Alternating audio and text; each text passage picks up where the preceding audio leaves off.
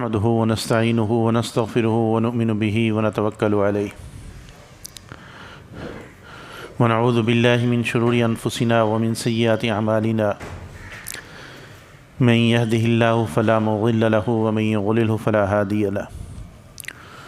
ونشهد أن لا إله إلا الله وحده لا شريك له ونشهد أن سيدنا ومولانا محمدا عبده ورسوله أما بعد فأعوذ بالله من الشيطان الرجيم بسم الله الرحمن الرحيم وأمر أهلك بالصلاة واصطبر عليها لا نسألك رزقا نحن نرزقك والعاقبة للتقوى وعن ابن مسعود رضي الله تعالى عنه قال سألت رسول الله صلى الله عليه وسلم أي الأعمال أحب إلى الله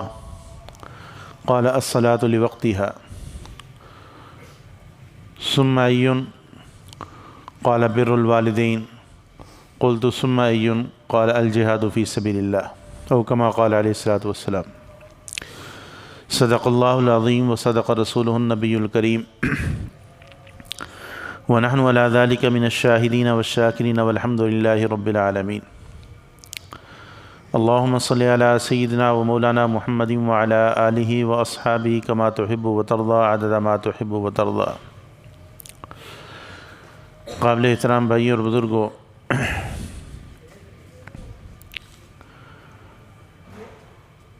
نماز کا حکم تمام آسمانی مذاہب میں دیا گیا، لیکن جس قدر نماز کی تاکید ہمارے دین اسلام میں بیان کی گئی اور جو اہمیت اس کی ذکر کی گئی،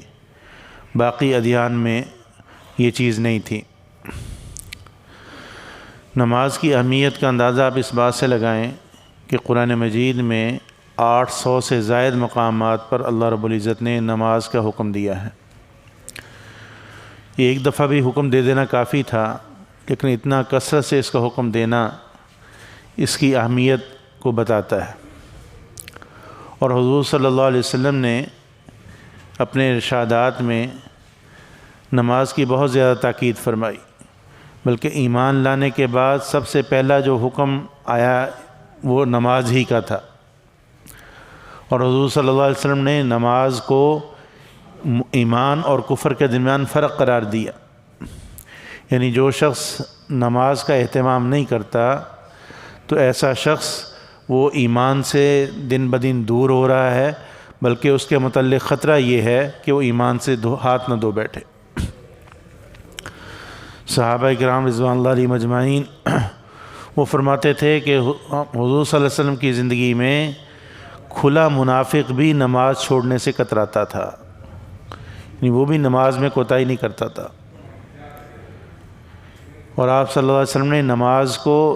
دین کا ستون قرار دیا، مرکزی ستون، کہ اگر وہ ستون گر جائے تو عمارت گر جاتی ہے، تو اسی طریقے سے اگر نماز کا اہتمام نہ ہو تو پھر انسان کا دین جو ہے وہ کمزور ہو جاتا ہے۔ اور حضور صلی اللہ علیہ وسلم نے نماز چھوڑنے پر جس قدر وعیدیں ذکر کیں، ان وعیدوں کو دیکھتے ہوئے بہت سے ائمہ کا خیال یہ تھا، ان کا مذہب یہ تھا کہ جو شخص نماز کا تارک ہے ایسا شخص جو ہے وہ مسلمان ہی نہیں۔ حضرت امام احمد بن حنبل رحمۃ اللہ علیہ اور ایسے شیخ عبد القادر جیلانی رحمۃ اللہ علیہ وہ فرماتے تھے جو شخص نماز کا تارک ہے اس کا نماز جنازہ نہیں پڑھا جائے گا، اس کو مسلمانوں کے قبرستان میں دفن نہ کیا جائے۔ جبکہ دیگر ائمہ وہ فرماتے ہیں کہ یہ جو ہے مسلمان تو ایسا شخص ہے، لیکن جو ہے اس پر کفر کا حکم نہیں لگائیں گے، لیکن یہ کافروں والا کام کر رہا ہے۔ مسلمان کو یہ بات زیب نہیں دیتی کہ وہ اللہ کی طرف سے منادی ہو، نماز کا اعلان ہو اور وہ نماز کے لیے نہ آئے۔ اور نماز پڑھنے سے ہمارا اللہ تعالیٰ نے ہماری فلاح جو ہے وہ نماز کے ساتھ وابستہ کی ہے۔ قرآن مجید میں جگہ جگہ اس بات کو ذکر کیا گیا، قد افلح المؤمنون الذین هم فی صلاتہم خاشعون، کہ فلاح وہی مومن پائیں گے۔ فلاح کا معنی یہ ہوتا ہے کہ دنیا اور آخرت کی کامیابی۔ مسلمان اگر نماز کو ترک کر رہا ہے، چاہے ساری دنیا کی دولت اس کے پاس ہے، لیکن اللہ اس سے راضی نہیں ہوں گے، وہ دنیا میں بھی سکون نہیں پائے گا۔ اللہ کو راضی کرنا ہی مسلمان کی زندگی کا مقصد ہے۔ دنیا میں ہم جو آئے ہیں وہ اللہ کو راضی کرنے کے لیے، اور اللہ کے راضی کرنے کے لیے اللہ نے سب سے پہلا اور اہم جو حکم دیا وہ نماز کا ہے۔ اب اگر کوئی شخص جس کام کے لیے اس کو رکھا جائے اس کام کو نہ کرے تو بھلا وہ تنخواہ کا حقدار ہوگا؟ قطعاً نہیں ہوگا۔ ہم ایک ملازم رکھتے ہیں، اس کے ذمہ ایک کام لگاتے ہیں، وہ باقی ساری باتیں کرتا رہے اور لیکن وہ کام اس کے کام کے قریب ہی نہ جائے، تو مالک اسے کہے گا بھائی تو فارغ ہے، تو تنخواہ کا حقدار نہیں ہے، جس کام کے لیے تجھے رکھا تھا تو نے وہ کیا ہی نہیں۔ تو اسی طریقے سے ہماری زندگی کا مقصد وہ اللہ کی بندگی ہے۔ اب ہم نے باقی چیزوں کو اپنے اوپر سوار کر لیا، جو مقصد تھا اس کو چھوڑ دیا۔ اب یہ جو میں نے آیت پڑھی اس میں اللہ تعالیٰ فرماتے ہیں وَأْمُرْ أَهْلَكَ بِالصَّلَاةِ وَاصْطَبِرْ عَلَيْهَا، کہ آپ اپنے گھر والوں کو بھی نماز کا حکم دیں اور اس کی پابندی اختیار کریں۔ لَا نَسْأَلُكَ رِزْقًا، ہم آپ سے رزق نہیں کموانا چاہتے، نَحْنُ نَرْزُقُكَ، رزق ہم آپ کو دیں گے۔ یعنی جو آدمی نماز کی پابندی کا اہتمام کرتا ہے تو اللہ رب العزت اس کے رزق میں فراوانی اور وسعت عطا فرماتے۔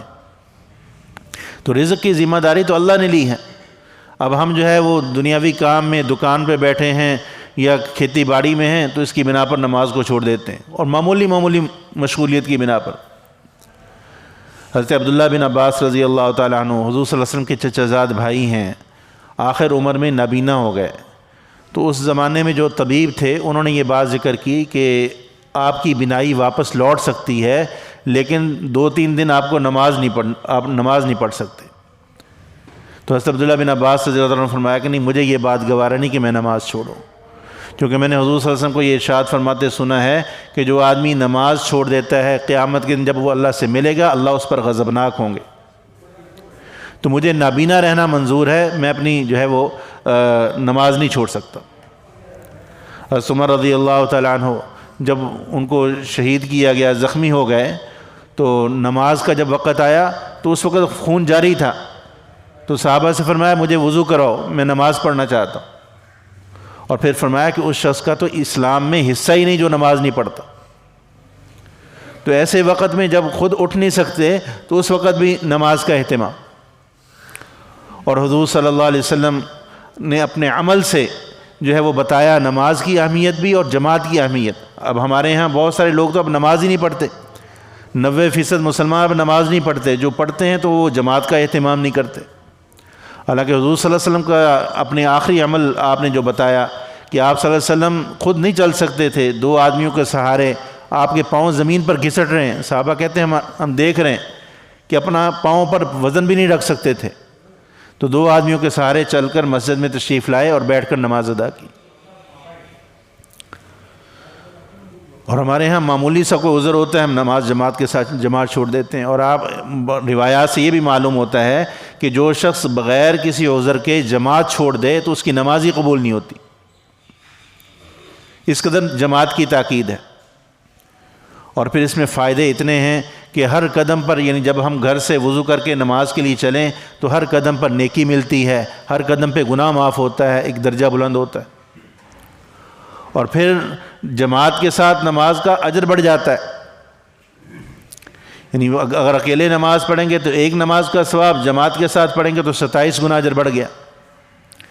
اور جماعت میں بعض اعمال ایسے ہیں کہ ان کے کرنے سے انسان کے گناہوں کی مغفرت ہو جاتی ہے، جیسے امام جب سورۃ فاتحہ پڑھتا ہے وَلَضَّالِّینَ کہتا ہے تو مقتدی آمین کہتے ہیں۔ تو ایک روایت میں آتا ہے کہ آپ صلی اللہ علیہ وسلم نے ارشاد فرمایا کہ جس کی آمین فرشتوں کی آمین کے موافق ہوگی تو اس کے گزشتہ گناہ معاف ہو جاتے ہیں۔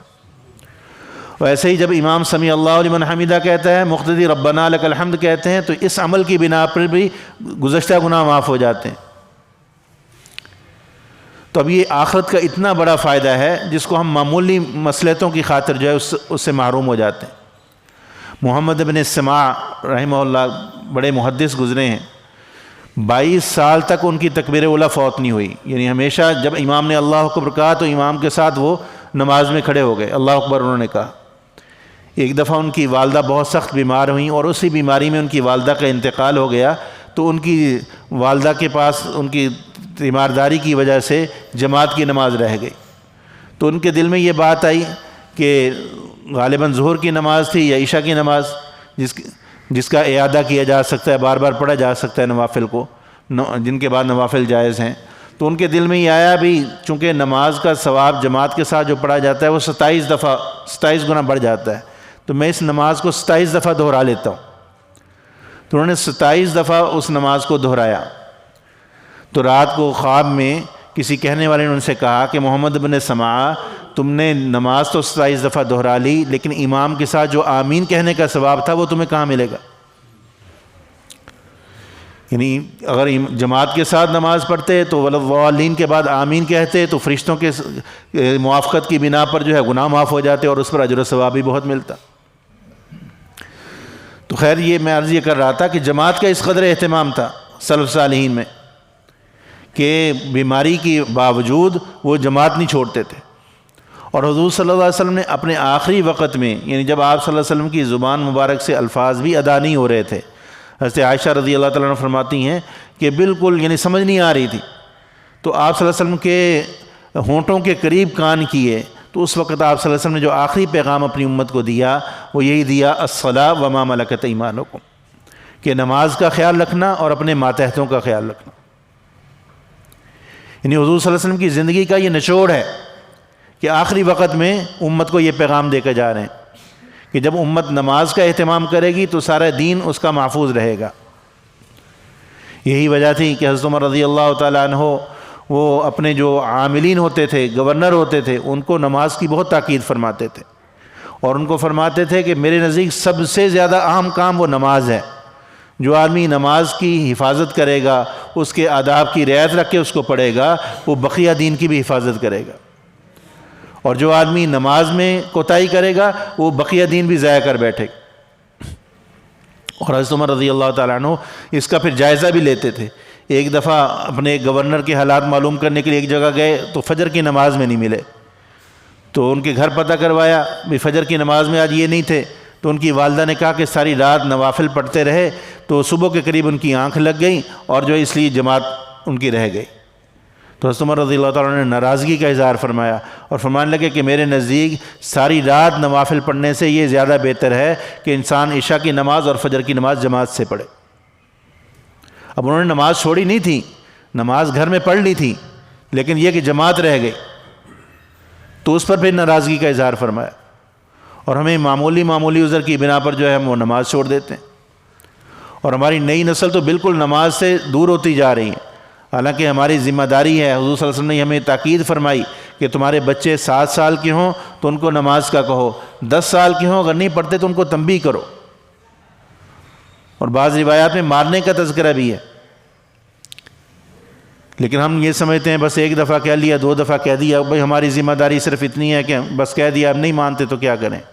اب اگر دنیا کی میں کہیں آگ لگی ہوئی ہو، کہیں جو ہے وہ موت سامنے دکھائی دے رہی ہو، بچے اگر وہاں جائیں تو نہیں بھی مانیں گے، ہم ان کی منتیں کریں گے، اور نماز چھوڑنے کی بنا پر جو عذاب ہوگا اس کو جو ہے وہ احادیث میں بیان کیا گیا، اس کی ہمیں فکر ہی نہیں۔ ایک روایت میں آتا ہے کہ جو آدمی ایک نماز جان بوجھ کر چھوڑتا ہے اس کو ایک حقب جہنم میں جلنا پڑے گا، اور ایک حقب کی مقدار جو محدثین نے لکھی وہ 2,86,00,000 سال ہے۔ ہم تو 1 سیکنڈ کے لیے آگ برداشت نہیں کر سکتے، دنیا کی آگ نہیں برداشت کر سکتے، اور جہنم کی آگ تو اس سے 70 گنا زیادہ۔ اور ایک روایت میں آتا ہے کہ جو آدمی نماز چھوڑتا ہے جب قبر میں جاتا ہے تو اللہ رب العزت اس پر ایک اژدہا مسلط کر دیتے ہیں، اور وہ اژدہا ایسا ہے کہ اگر وہ زمین پہ پھونک مار دے تو روئے زمین سے سبزہ ختم ہو جائے، جل کے راکھ ہو جائے۔ ہمیں دکھائی نہیں دیتا لیکن وہ چیزیں موجود ہیں۔ اب بہت ساری چیزیں ایسی ہیں جو حضور صلی اللہ علیہ وسلم نے فرمائیں۔ اب آج کل جو عقل پرست لوگ ہیں وہ کہتے ہیں جی قبر میں آپ کیمرہ لگا لو، ہمیں تو سانپ دکھائی نہیں دیتا، لیکن جو حضور نے فرمایا وہ برحق ہے، چونکہ وہ عالم برزخ ہے، اللہ تعالیٰ نے پردہ ڈالا ہوا ہے، وہاں کے حالات اللہ تعالیٰ لوگوں کے سامنے نہیں لاتے، لیکن کبھی کبھی لوگوں کو دکھانے کے لیے ایسے واقعات سامنے آ بھی جاتے ہیں۔ بظاہر آپ کو دکھائی دے گا کہ مردہ لیٹا ہوا ہے، لیکن حقیقت میں اس کو عذاب ہو رہا ہوگا۔ اب جیسے فرعون کے متعلق ہے، اللہ تعالیٰ قرآن مجید میں فرماتے ہیں النار یعرضون علیہا غدوا وعشیا، کہ صبح و شام اس پر آگ پیش کی جا رہی ہے۔ اب لوگ کہتے ہیں کہ جی اس کی ممی تو ایسے پڑی، ہمیں تو دکھائی نہیں دے رہا، تو ہمیں دکھائی نہیں دے رہا، اللہ کا قرآن کہہ رہا ہے جو اللہ کے قرآن میں آ گیا وہ سچی بات ہے، ہماری آنکھیں جھوٹ بول سکتی ہیں۔ خیر ایسی باتیں اللہ تعالیٰ دکھا دیتے ہیں۔ یہ ڈاکٹر نور احمد نور نشتر اسپتال کے پروفیسر ڈاکٹر تھے، وہاں سے ریٹائر ہوئے، ابھی چند سال پہلے ان کا انتقال ہوا۔ انہوں نے اپنے جو چشمدید واقعات اس کے متعلق انہوں نے ایک رسالہ لکھا، یعنی موت کے وقت جو لوگوں کو انہوں نے مختلف حالات میں دیکھا۔ اس میں وہ ایک واقعہ انہوں نے لکھا کہ میں تبلیغی جماعت کے ساتھ میری تشکیل کشمیر کے علاقے میں تھی، وہاں جانا ہوا تو خصوصی گشت پر گئے ایک آدمی سے ملاقات کے لیے، تو اس کا نچلا دھڑ بالکل گل کے ختم ہو گیا تھا۔ تو ہم نے اس سے پوچھا بھی یہ کیا ہوا آپ کو؟ تو کہنے لگا کہ میرے فوج میں میری ڈیوٹی تھی، تو ہماری مشقیں ہو رہی تھیں، ایک قبرستان کے پاس میری ڈیوٹی تھی، تو ایک قبر کے پاس میں کھڑا تھا تو مجھے اندر سے ٹک ٹک ٹک کی آواز آ رہی تھی، اور قبر وہ بوسیدہ تھی اور تھوڑا سا ٹوٹی ہوئی تھی۔ تو میں نے جھانک کر دیکھا ایک چھوٹا سا چوہے سے بھی چھوٹا کوئی جانور ہے اور وہ ہڈی کو یوں ٹک ٹک کر رہا ہے۔ تو میں نے اپنی گن کے ساتھ اس کی جو نالی کے ساتھ اس کو مارا، تو وہ باہر نکلا، مجھ پر ایسا خوف طاری ہوا، میں بھاگا اور وہ میرے پیچھے پیچھے آگے گئے تو آگے ایک تالاب تھا جانوروں کے نہلانے والا، میں نے اس میں جلدی سے چھلانگ لگا دی تاکہ کہ یہ اندر نہ آئے۔ تو کہنے لگا اس نے وہیں سے اس میں پھونک ماری تو اس سے پورا تالاب کا پانی ابلنے لگ گیا، اور میرا یہ جو دھڑ اس کے اندر تھا پانی کے اندر وہ سارا کا سارا جو جل گیا، اور اس کے علاج کے لیے میں امریکہ تک گیا ہوں لیکن اس کا علاج نہیں ہو سکا۔ تو ایسے بے شمار واقعات ہیں جو اللہ تعالیٰ دکھاتے ہیں۔ تو وہ سانپ جو ہے اس آدمی پر اللہ مسلط کر دیتے ہیں، اور وہ کہتا ہے کہ مجھے اللہ نے تجھ پر مسلط کیا کہ تجھے فجر کی نماز ضائع کرنے کی وجہ سے ظہر تک ڈسے جاؤں، اور ظہر کے نماز ضائع کرنے کی وجہ سے عصر تک ڈستا رہوں، عصر کی نماز ضائع کرنے کی وجہ سے مغرب تک ڈستا رہوں، مغرب کی نماز ضائع کرنے کی وجہ سے عشاء تک ڈستا رہوں، یعنی 24 گھنٹے وہ اس کو ڈستا رہتا ہے۔ اور آپ نے ارشاد فرمایا کہ وہ اس کے ڈسنے کی وجہ سے اتنا اس کا زہریلا ڈنگ ہوتا ہے کہ وہ جو ہے وہ اس کی تکلیف جو ہے وہ برداشت نہیں کر سکتا۔ اور اسی طریقے سے آپ صلی اللہ علیہ وسلم نے ارشاد فرمایا جو آدمی بے نمازی آدمی جب مرتا ہے تو قبر اس پر اتنی تنگ کر دی جاتی ہے کہ اس کی ہڈیاں پسلیاں جو ہے وہ آپس میں گھس جاتی۔ تو میرے بھائی نماز کا اہتمام یہ بہت ضروری ہے، اگر ہم یہ چاہتے ہیں کہ ہم اللہ کی حفاظت میں رہیں، اللہ کی مدد ہمارے ساتھ ہو، تو پھر نماز پابندی سے پڑھنی چاہیے۔ اللہ سے دعا ہے اللہ تعالی ہمیں عمل کی توفیق نصیب فرمائے۔ وآخر دعوانا